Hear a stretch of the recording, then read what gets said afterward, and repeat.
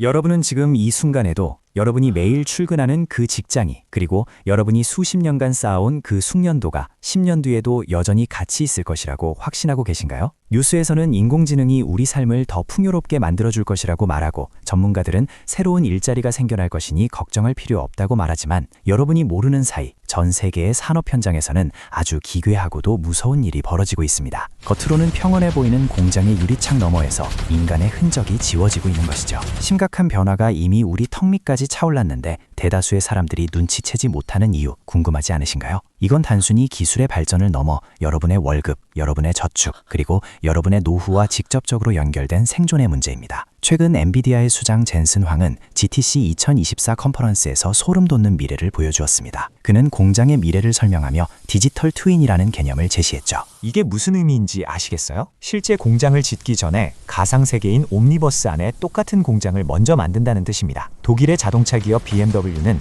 이미 레겐스부르크 공장을 이 디지털 트윈 방식으로 운영하고 있습니다. 가상세계에서 수만 번의 시뮬레이션을 거쳐 가장 효율적인 동선을 짜고 그 데이터가 현실의 로봇들에게 그대로 전송됩니다. 그런데 여기서 정말 무서운 건 뭘까요? 이 공정에는 인간의 판단이 개입할 틈이 점점 사라지고 있다는 사실입니다. 과거의 자동화가 인간의 팔다리를 대신하는 수준이었다면 이제는 인간의 뇌와 판단력까지 대체하고 있는 셈이죠. 자, 이제 더 심각한 이야기를 해보죠. 여러분은 아마존의 물류창고를 떠올려보세요. 현재 아마존에는 세코이아와 프로테우스 같은 로봇이 75만 대 넘게 투입되어 있습니다. 이 로봇들은 지치지도 않고 휴가도 가지 않으며 24시간 내내 물건을 나릅니다. 테슬라의 일론 머스크가 개발 중인 휴머노이드 로봇 옵티머스는 또 어떻습니까? 젠슨 황은 조만간 모든 이동하는 것들이 자율주행화될 것이며 그 중심에는 인간의 형태를 닮은 로봇이 있을 것이라고 단언했습니다. 숙련된 노동자가 한 달 동안 벌어들이는 임금보다 이 로봇 한 대를 유지하는 전기료와 관리비가 훨씬 저렴해지는 순간 기업가들이 어떤 선택을 할지는 불보듯 뻔한 일입니다. 숫자는 거짓말을 하지 않습니다. 그리고 기업의 손익계산서도 거짓말을 하지 않죠. 우리가 흔히 마시는 스타벅스 커피 한 잔 가격을 생각해보세요. 그 커피 가격 안에는 임대료와 원두값뿐만 아니라 수많은 사람의 노동력이 포함되어 있습니다. 그런데 만약 주문부터 제조, 서빙까지 모든 과정에서 인간이 사라진다면 어떻게 될까요? 기업은 막대한 이익을 얻겠지만 그 과정에서 소외된 노동자들의 지갑은 텅 비게 될 것입니다. 부자들은 이 조용한 침묵을 가장 큰 기회로 받아들입니다. 자본이 노동을 완전히 압도하는 시대가 오고 있다는 것을 그들은 이미 알고 있기 때문입니다. 이게 바로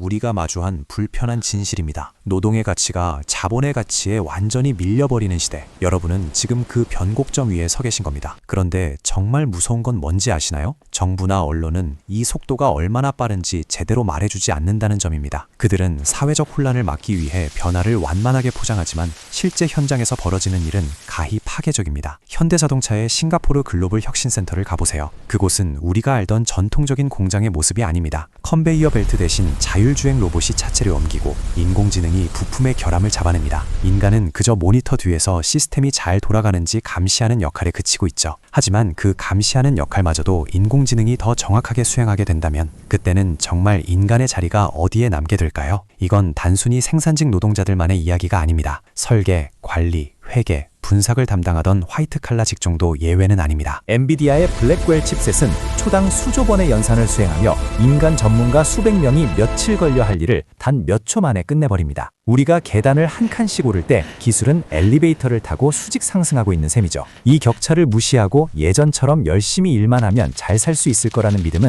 이제 가장 위험한 도박이 되었습니다. 시스템의 구조를 이해하지 못하고 그저 부품으로 마무리한다면 시스템이 업그레이드되는 순간 우리는 버려지는 부품이 될 수밖에 없습니다. 그렇다면 우리는 무엇을 해야 할까요? 이 거대한 파도 앞에서 그저 휩쓸려 가야만 할까요? 아닙니다. 준비하는 자에게는 이 위기가 오히려 인생을 바꿀 거대한 기회가 될 수 있습니다. 첫 번째로 해야 할 일은 노동 수익을 자본 수익으로 전환하는 속도를 높이는 것입니다. 로봇과 인공지능을 만드는 기업, 즉 이 시스템의 주인인 엔비디아나 마이크로소프트 같은 기업의 지분을 소유해야 합니다. 내가 일하지 않아도 로봇이 나를 대신해 돈을 벌어다주는 구조를 만들어야 한다는 뜻입니다. 두 번째는 대체 불가능한 인간만의 영역을 확보하는 것이 아니라 오히려 이 기술들을 도구로 부릴 줄 아는 능력을 갖추는 것입니다. 인공지능과 경쟁하는 것이 아니라 인공지능을 등에 업고 달리는 사람이 되어야 합니다. 마지막으로 가장 중요한 것은 세상의 이면을 보는 눈을 기르는 것입니다. 단순히 뉴스를 소비하는 것에 그치지 말고 그 이면에 숨겨진 자본의 흐름을 읽어야 합니다. 젠슨 황이 공장의 미래를 말할 때 우리는 그가 팔고 있는 칩의 개수가 아니라 그 칩이 바꿀 세상의 질서를 읽어내야 합니다. 부자들은 이미 이 조용한 혁명에 전 재산을 걸고 베팅하고 있습니다. 여러분의 지갑을 지키는 것은 국가도 기업도 아닙니다. 오직 여러분 자신의 냉철한 판단과 실행력뿐입니다. 지금 당장 여러분의 자산 포트폴리오를 점검하고 여러분의 기술이 미래에도 유효할지 스스로에게 냉철하게 물어보십시오. 아는 것이 힘입니다. 준비하는 자가 살아남습니다. 그리고 무엇보다 여러분 스스로가 자신의 운명을 결정할 수 있다는 걸 잊지 마세요. 준비된 사람과 그렇지 못한 사람의 운명은 앞으로 5년, 10년 안에 완전히 갈라지게 될 것입니다. 여러분은 시스템에 의해 대체되는 쪽이 되고 싶으신가요? 아니면 시스템을 소유하고 활용하는 쪽이 되고 싶으신가요? 선택은 오직 여러분의 몫입니다. 오늘 이야기가 여러분의 미래를 지키고 경제적 자유로 나아가는 작은 이정표가 되길 바랍니다. 세상의 이면을 이해하고 시스템의 약점을 아는 것, 그것이 이 혼란스러운 시대에서 여러분의 자산을 지키는 유일한 방법입니다. 시청해주셔서 감사합니다.